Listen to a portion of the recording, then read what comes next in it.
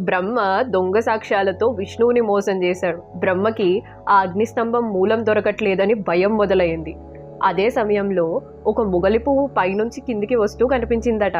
దాన్ని చూసి బ్రహ్మ, నువ్వు నాకు సహాయం చెయ్యాలి అన్నాడు. అదేంటంటే, విష్ణువుకి నేను ఈ అగ్నిస్తంభం యొక్క మొదలు చూశానని చెప్పాలి, నీకు మంచి కీర్తి పదవి ఇస్తానన్నాడంట.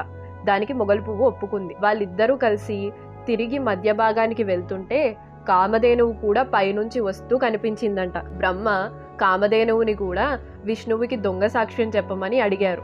దానికి కామధేనువు ఒప్పుకోలేదు. మీరు నిజంగా ఈ అగ్నిస్తంభం మొదలు కనుక్కోలేదు కదా, మరి నేను అసత్యం ఎలా చెప్పను అంది. కానీ బ్రహ్మ చెప్పమని అదే పట్టుగా అడగడంతో కామధేనువుకి ఇష్టం లేకపోయినా ఒప్పుకుంది. ఆ తప్పు వల్లే బ్రహ్మ, మొగలి పువ్వు, కామధేనువు శివుని శాపానికి బలయ్యారు. ఆ కథని తెలుసుకోవాలనుకుంటే కామెంట్స్లో ఇచ్చిన లింక్ని క్లిక్ చేయండి.